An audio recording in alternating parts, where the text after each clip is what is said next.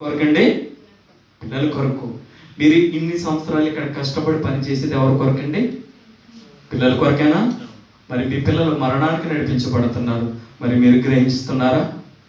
మీరు గ్రహించే పరిస్థితిలో ఉన్నారా? నా పిల్లవాడు సంతోషంగా ఉంటే సరిపోద్ది అనుకుంటే సరిపోదు. వాడు సరైన మార్గంలో వెళ్తున్నాడా లేదా అది కూడా మీ బాధ్యత. మీరు భయం చెప్పకపోతే ఈరోజు నీ కుమారుడు త్రోవ తప్పిపోతున్నాడు. చాలా మంది తల్లిదండ్రులు ఎంత ప్రేమ అంటే నిజంగా వారి పిల్లలపై చూపించే ప్రేమ ఒక్కొక్కసారి కొంతమందిని చూసినప్పుడు నాకు అనిపిస్తుంది, వీరి కుమారుడిగా నేను పుట్టుంటే బాగుండేది అని అనిపిస్తుంది. అంటే వాళ్ళ కుమారుడు చనిపోయే పరిస్థితికి వెళ్ళినా కూడా, వీరు ప్రాణాలు పోతున్నా కూడా వారిని బ్రతికించడానికి ప్రయత్నం చేస్తున్నారు. కారణం వారి మీద ఉన్న ప్రేమ. మరి మీ పిల్లల మీద అంత ప్రేమ ఉన్నప్పుడు నేను సృజించిన దేవుడు నిన్ను ఎంతగా ప్రేమిస్తున్నాడు. హల్లెలూయా, హల్లెలూయా.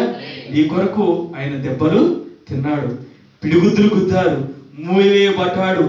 మరి ఆయన శరీరం అంతా కూడా ఎలా చేర్చబడిందండి? నాగలితో దున్ని వేయబడినట్టు శరీరం అంతా చేర్చబడింది.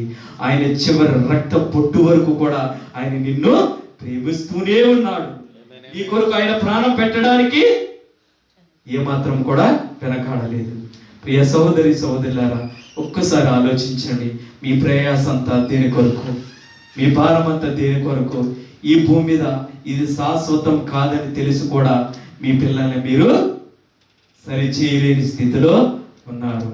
మన ఈ భూమి మీద యాత్రికులము, పరదేశులమై ఉన్నాము.